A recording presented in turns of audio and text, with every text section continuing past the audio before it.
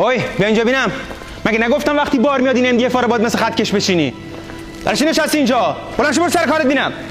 کف کارگاه چرا اینقدر کثیفه؟ کارگاهs یا طویله است؟ چی کار میکنی اینجا؟ اگه تا 1 ساعت دیگه اینجا مثل آینه نشه میدم با اردنگی اینجا بندازنت بیرون.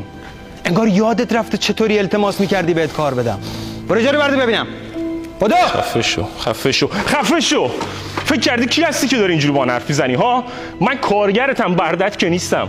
یه بار شد خسته نباشی از دهنت در بیاد. هر کاری میکنم باز تهش ناراضی. چی تو مغزت میگذره؟ تو داری اینجوری رفتار میکنی که من بیشتر جون بکنم، بیشتر پول در بیاری. خب اگه لنگ این چست من نبودم، حاضر نبودم یه ثانیه قیافه نحس تو ببینم. اینجام دارم تحمل میکنم چون نمیخوام صاحبخونه عوضی واسه یه روز عقب افتادن اجاره خونش در خونه رو اجا بکنه.